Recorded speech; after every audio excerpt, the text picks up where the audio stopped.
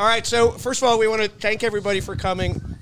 Obviously, this is Kansas City's big event for golf, and you know, sometimes it gets a little muddy around here, and so let's thank our Lord for a wonderful weather week. So it's going to be awesome. It's going to be so fun. So listen, I think we all have a responsibility to tell our friends, tell our families, don't forget about this event this week. We have to come out and totally support it, and that's the reason why we're here today, right? Wardo and I look at ourselves more as the salespeople for golf around town. He represents the single-digit / plus handicappers, but someone's got to represent the double-digit handicappers. That's me. My name is Brian Sullivan. I'm the co-host of the program, and of course, the legend Tom Watson is here with us today. And of course, you know, most of us have followed Tom our entire lives, as if you were a golf fan, and you know, we've had him on several times. We've seen him obviously on the Golf Channel. We know his background, but what we want to talk about today is a really cool program that he's involved in. You know, it's one thing to dominate your field, but now you're at a phase where you're giving it. You want to give back, and I think that's what's curious. I think a lot of us, golf has been great to us, and we wonder what our responsibility is. So maybe tell us a little bit about your Links program, and why on earth wouldn't you not just head off into the sunset and enjoy yourself, that you're spending time trying to help others? That's so selfless. Come on. All right. I started the tour back in 1971, and full boat. Just played 32 tournaments, 30 tournaments, 28, and always coming back to Kansas City for a couple of weeks of break, and we had caddies, and I saw the caddy ranks starting to drop off because people are starting using carts. And I said, this isn't good for the game. You know, if we don't get these young kids or people involved with the game at an early age, how are they going to start? So I started a program called Clubs for Kids, where I got 70 of the local pros to come out to Swope Park, and they came out early. They cut down clubs. All kids got a club, and then went on the tee there with these local pros and got a lesson. I said, wow, there's something missing here. It's just a one-and-done thing. So along came Al Hoffman and his Kansas City operation, where he wanted to start a program where he taught kids on a driving range, and got them on the golf course. And we built over at Blue River Golf Academy in Swope Park. We got the city to donate 3 holes up there, and we made a little 3-hole golf course so the kids could come out, get taught by the teachers, then go up and play real golf. And that was the precursor, honestly, of the first tee. We had the PGA Tour people come in, and they looked at this grand opening of this program, and lo and behold, about a year and a half later, they started the first tee, and I said, now, here's the deal. And we're going to get kids to come out, a golf camp, teach them the game, and they're going to love the game. There's one missing element. The problem is they came to the driving range, but just a few of them got to go out on a real golf course. So that's finally we came up with the solution. We're going to create a program where it takes these kids get them on the golf course with a mentor, with somebody who loves the game, can play the game, and to go out and play 9 holes, and oh, by the way, it's free. And that program is called Watson Links. Our executive director, Paulie Hart, is right here in the red. And she had great success in a mentorship program of her own, Lead to Read. So she has a real understanding of how mentors can affect kids. And that's what we're doing right now. We're trying to get the kids out on the golf course to, first of all, have fun, but then getting back to my original thing, I want to get the kids. I want kids out there to grow into a passion to play the game, and that's what we're doing right now. Yeah, that's great. So, what makes a good mentor? Well, we've had great mentors. The mentors have more fun than the kids. Sure. They get out there, and these kids come out. I remember Tom Leonard right here at Blue Hills. he went out. He took the kids out there. This one redheaded kid. He said all he wanted to do was look for golf balls. And so he didn't even take his clubs with him. He just went wrong with the kid, and they went to the lakes and they went looking for golf balls all over the golf course. But again, you develop fun, passion for the game. The mentors, they have a great time doing this because they see a youngster in a situation that the kid doesn't know what to do. They know what to do, and they can help that kid try to succeed at that particular shot. Yeah, that's what my dad did with me. My dad was my mentor. I was with Isaiah Salinda when he was playing on the Corn Ferry tournament this week. I asked him, how'd you get started? He said, well, about 3 years old, I was hitting wiffle balls in my house. My dad, dad started me. And that's what my dad did with me. He started me with a cut-down hickory-shafted club. He said, all right, son, here's how to grip the golf club. Turn the V's with your hands, point it to your right shoulder, your left-hand V and your right hand, and turn your back to the target in the backswing, and finish with your belly button facing the hole, which is the key. He held my head steady when I made that first swing, and then he didn't have to hold my head after again. I got it. You kind of keep your head and you rotate around like that, and I was off to the races with those hickory-shafted clubs. Oh, that's great. That's awesome. That's great. So here in Kansas City, how do we get involved in the Watson Links moving forward? Well, it's pretty simple. We have watsonlinks.org, and you can sign up as a kid and a mentor. The mentors have to go through the Safe Sport training program, as any coach has to do in teaching kids or be mentoring the kids, boys and girls clubs, all of them. And basically we have, how many courses do we have signed up now?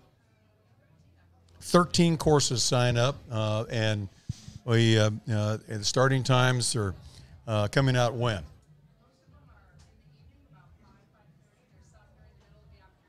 $5:30 in the evening most of the times, but when can people start signing up? Now.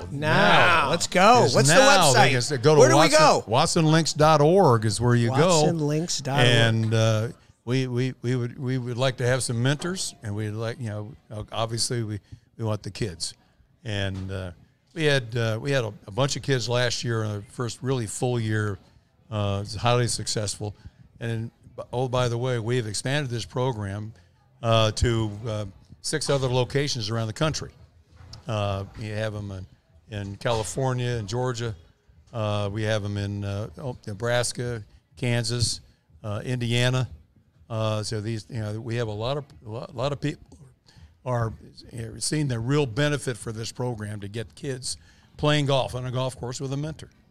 Tom, how would you compare the state of youth golf now to when you were not only young but sort of coming up? Is it better? Is it the same? Is it it's worse? Better by a long shot. When I grew up, youth golf was. My dad was a member of a country club, and I had opportunity to play golf there. Now, where did kids go back in those days? They didn't want little kids running around playing golf in public courses at all then. But now they see the benefit of that. COVID was a big boost to youth golf, and particularly girls golf. The numbers are, they went up 30% with girls golf through COVID, and so you're seeing actually a real increase in the amount of youth golf in this country, and we just hope we can piggyback on that interest and really create some programs where these kids they don't need their parents to go out and play. They can go out with a mentor to play. They have that's the thing I love about the program is that you're out with an adult who loves to play, and that adult gives the passion to that kid to play, or at least they know how to have fun on the golf course with the kid, and that's we need that in this country. So shifting gears to the tour, obviously there's been incredible growth on the junior level with the tour and live and everything that's going on. What is the state of the tour in your mind, and where are we going? Well, the state of the tour right now, the ratings are down, television ratings. And I think a lot of it has to do with, actually three things. The Tiger effect. Tiger's not playing anymore. We don't have Tiger in the field. People don't tune in. They've been attuned to that for the last 20 years. The second thing is you have a lot of names that people don't recognize on the leaderboards. The third thing, which really concerns me, is the greed aspect that with the Live PGA Tour conflict going on right now.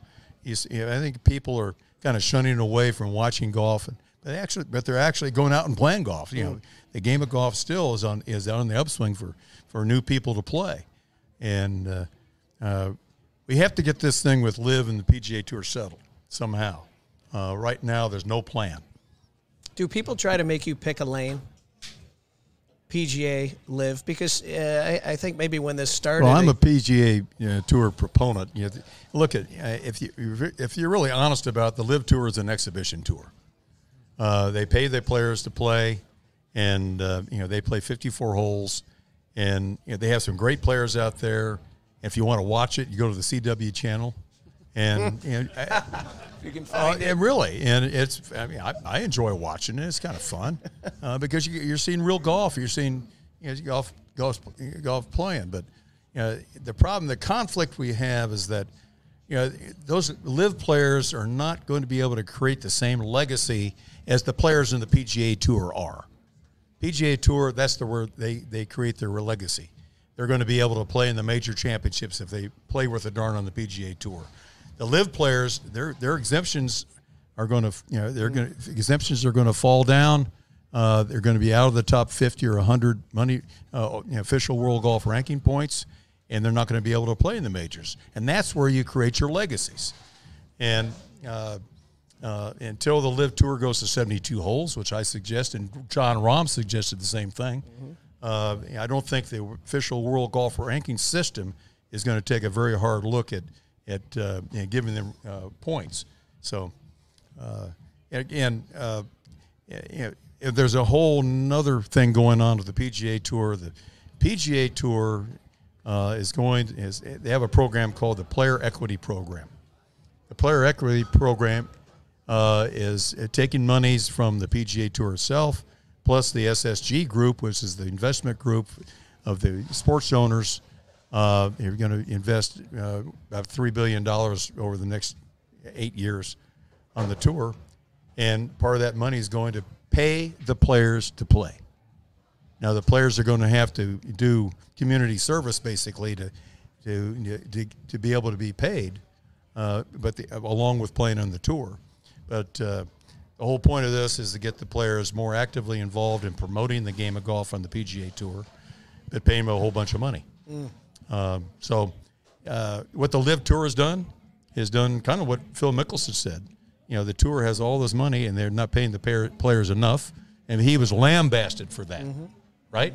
Sure, he was lambasted. But when the truth came out, PGA Tour had some money, and then they see the handwriting on the wall that the Live Tour is poaching the top players, and they're ruining the fields of the PGA Tour. The sponsors do not like that. And so that's the conflict that's going on right now. So at this point, is some sort of merger or unify between the two tours the best thing for the players and the fans? Well, I said at the Masters Dinner, I said, ain't it great to be together again? The players, we had 7 Live players in there at the Masters Champions Dinner. And we were having a great time laughing about Seve Ballesteros stories. It was a lot of fun. Camaraderie was great. It was fun and laughing. And then I put a poll on it. I said, ain't it great to be together again? It went silent. Really? It went silent because they started thinking about the reality of their different situations. And I would hope that somehow that the best players will be able to play against the best players.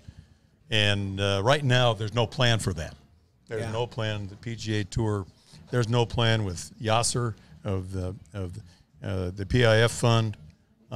There's no plan that anybody knows anything about right now to merge the tours. They teased us, didn't they? Well, it did. They did.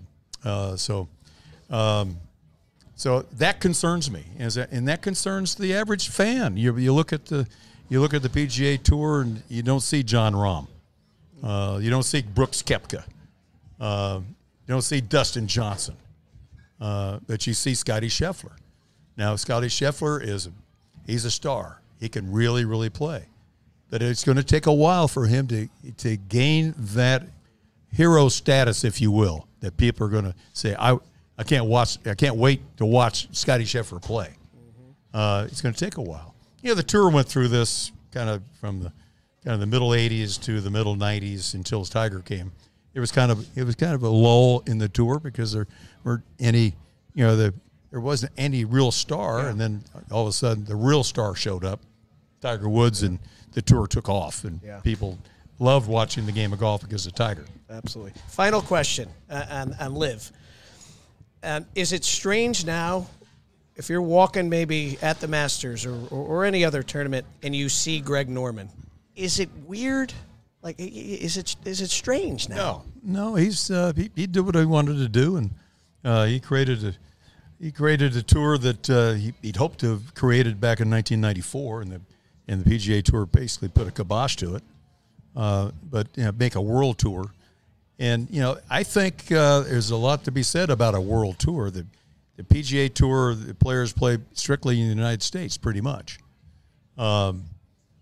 Is it good for golf to be able to go and take the best players in the game and go more around the world to play in different tournaments around the world? That was Greg's idea. And they've done it to an extent with the Live Tour. They just went to Singapore and Adelaide, and they're going to go to Mexico. I think they're going to England. So, they're taking those players and showcasing those players to places that they don't usually show up. Adelaide was sensational as far as the support that they had in Adelaide. Boy, they Not did. so much in Singapore. Right. Yeah, they did. Well, so the intention here was to help us all get a better understanding of what the Watson Links program is, and as a little boy caddying in Connecticut, What'd you make? I made $20 a bag. I was a double bagger. $20 a bag. I was paid $1.25. Oh yeah, well yeah, that's right. Well, if I was lucky, I got a 50-cent tip. Well, listen, and I used to be 6'3", but those bags were big in the '80s. God, by the way, my dad had the heaviest bag. I mean, he had this leather bag. Oh. And I had to lug that thing around. Yeah, Pro Staff, like a Wilson Pro Staff bag. This was I want to say it's a Horton bag. Was it a Horton bag? Horton. It was heavy. Yeah. Which, on that note, I think we should get caddy programs back, because that to me was the greatest mentor. When you sit around, you got to be quiet, and you watch how adults communicate with each other, and you watch discipline and what you're supposed to do and not do, and I think we have to. God do a better bless job my there. father. My father would tell the pro Stan and the caddy master John Foster. He said, "If you have any new kids want to caddy, put them with me. I'll teach them how to caddy." Mm-hmm. And so he got them out there to teach them how to caddy, and lo and behold, a lot of these kids learned how to play golf. Mm. And Stan would help them. My dad would help them. The other members would help them learn a little bit about the skills of playing golf. And then club was closed on Monday, and these kids would be just going around and around and around and around. That's right. Playing golf on Monday, just having a great time. That's right. And they developed a passion for the game. Yeah. Well, again, thank you for all you're doing. Where can we learn more? It's watsonlinks.org. watsonlinks.org. I think we all have to give back to the game, help these kids maybe get off their phone a little bit, Tom. Exactly. Right? Maybe get maybe a little Snapchat. They don't need the Snapchat. That's right. They need watsonlinks.org. Let's get out there and hit that pure shot. It makes you want to come back again. I'd say. Even the double-digit handicappers, Tom. All right. Big round of applause for Mr. Watson. Hey, thank you. All right, we're going to take a short commercial break. You're listening to Golf Underground from the Advent Health Championship.